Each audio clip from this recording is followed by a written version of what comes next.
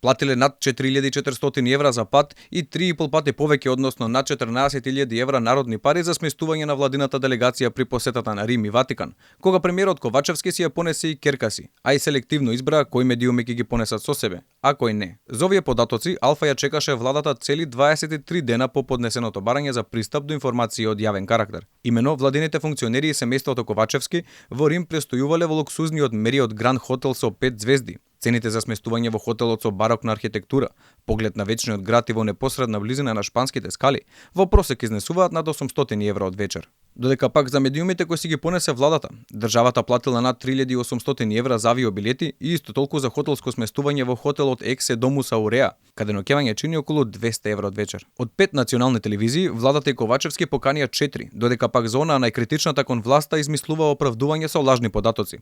На нашето прашање зошто од 5 национални телевизии баш ние не бевме поканети, од владата се правда со лажни информации. Заради ограничениот буџет, втор критериум беше рейтингот на телевизиите, според последниот извештај на Агенцијата за аудио и аудиовизуелни медиумски услуги. Очигледно буџетот не бил проблем кога се бирале хотелите во кои ќе бидат сместени владините представници и новинарите. Бил проблем само нојпат кога се правел списокот за покани. Дополнително, бројките ја демантираат владата. Во официјалниот извештај од Агенцијата за аудио и аудиовизуелни медиуми на кои се повикуваат тие, Алфа не е последна на рейтинг листата на националните телевизии, а меѓу поканетите има и медиуми со помалку гледачи. Од друга страна, официјалното мерење на независната американска агенција Нилсен покажува дека Алфа е третата најгледана телевизија во Македонија со континуиран раст на рейтингот.